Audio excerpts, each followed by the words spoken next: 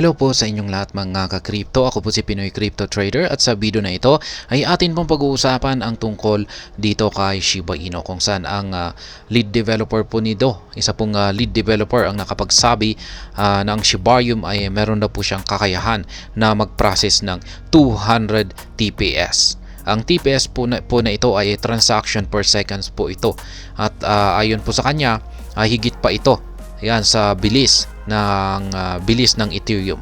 Kaya yan sa madaling salita ay mas matindi po ang kakayahan or transaction speed ng Shibarium kumpara kay Ethereum.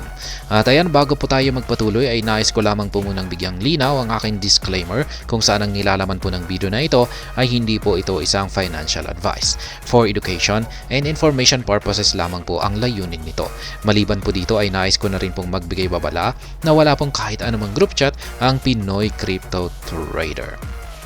Yan, sabi dito ay Shiba Inu developers Satoshi Kusama and Calderia reveal Shibarium's scalability prowess, saying the network can process up to 200 transactions per second, but its capacity is way higher. Ayan, mas matindi raw yung kanyang capacity. 200 transactions per seconds ay matindi po yan.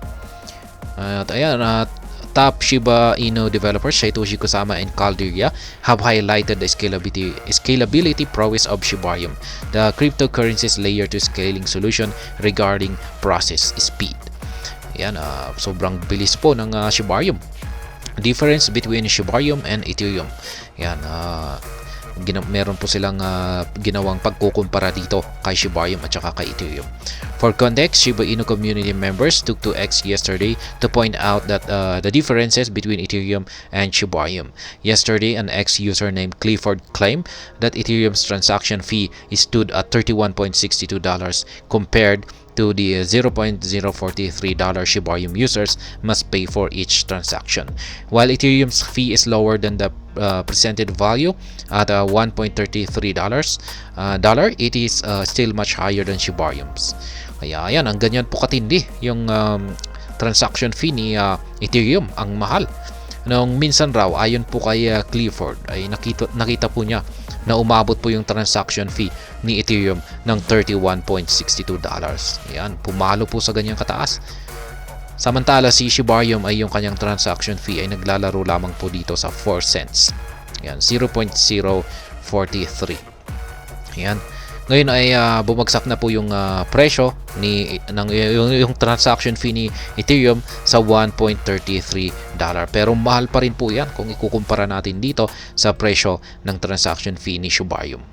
Kaya yan po talaga ang maging ako ay yan rin yung pinakaayaw na ayaw ko kay Ethereum. Ang mahal yan ang kanyang transaction fee. Kaya yan, maraming naghahanap ng ibang paraan. Yan, ang mga users ng Ethereum yung naghahanap sila ng mga alternatives na mas makakamura sila sa transaction fee. Yan po yung actual na post dito ni Clifford na nakita po niya yung Ethereum. Yan yung transaction fee ni Ethereum na umabot ng $31.62.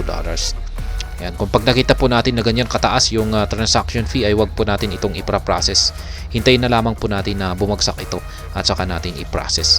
Another enthusiast pointed out that the Shibarium is economical and more scalable than Ethereum.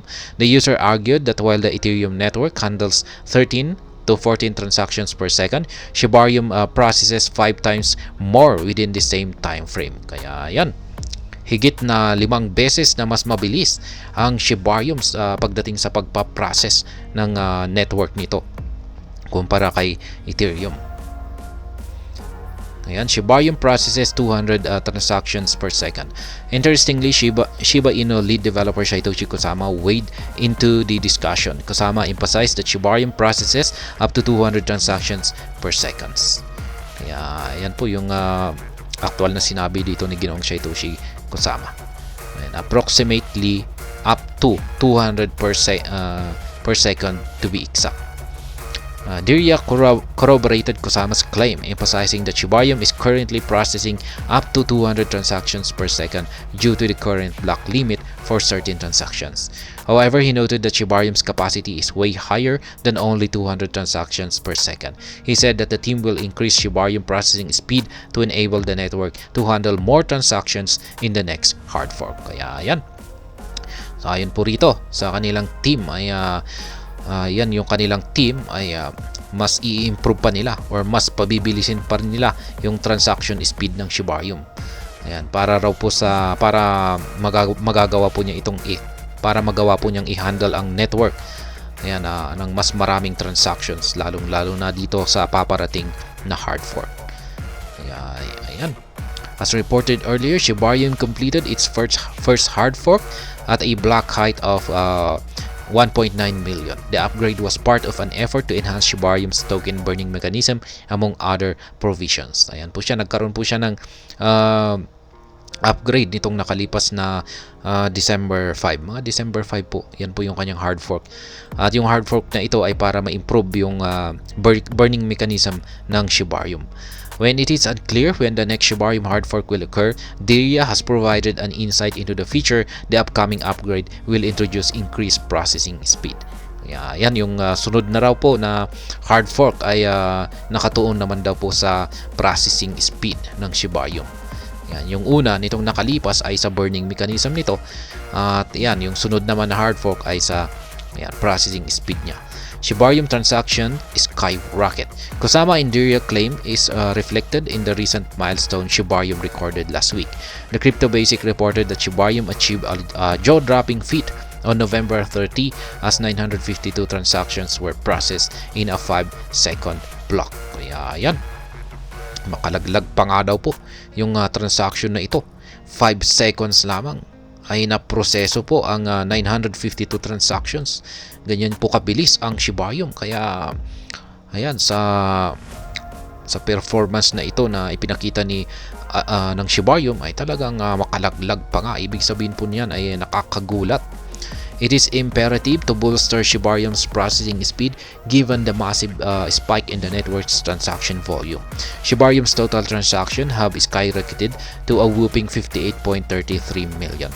On November 24, the Layer 2 scaling solution had processed only 4.1 million transactions. At press time, Shibarium's total transaction count now stood at 58.33 million. This suggests the network has processed more than 54 million transactions in just 2 weeks. Yan. Ganyan po katindi ang Shibarium sa pagproseso sa kanyang mga transactions. Sa loob lamang ng 2 linggo ay nakapagproseso na po siya ng higit 54 million na mga transactions. Ang tindi po niyan. Furthermore, Shibarium has processed over 7 million transactions daily since December 2, 2023. According to data from Shibarium Scan, the network recorded a daily transaction of 7.69 million yesterday. Kaya yan, ano naman ang kinalaman nito sa mga sa paglago ng Shiba Inu?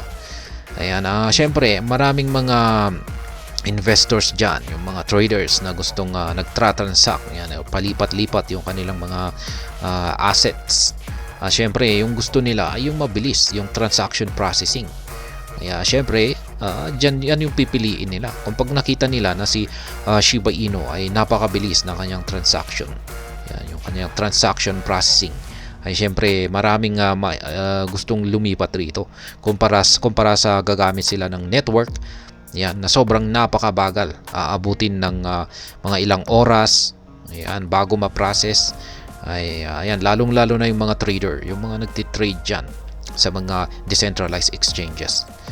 Ayan, paano kung pag matagal yung paglipat mo ng mga asset mo? Kaya ayan, madidelay ka at ayan, yung galaw kapag gumalaw yung market tapos hindi pa na-process yung tinatransact mo, ay wala na. Kaya ayan, yan po ang kagandahan ng kung bakit maraming nagkakagusto or yung hinahanap nila yung mabilis na magproseso ng transaction, ng mga transactions nila. Kaya ayan, hanggang dito na lamang po tayo sa video na ito. Sana po ay inyong nagustuhan ang aking paliwanag dito. Kung inyo po itong nagustuhan ay pakiclick lamang po ang like button nito. Para naman po sa mga bago lamang dito, kayo po ay aking inaanyayahan para mag-subscribe. Pakiclick na rin po ang bell icon nito dahil ito po ang siyang magsisilbing notification nito sa mga bago kong videos na akin pong ina-upload sa aking YouTube channel na ito. Marami pong salamat sa panunood, ingat po tayo lagi at God bless po sa ating lahat.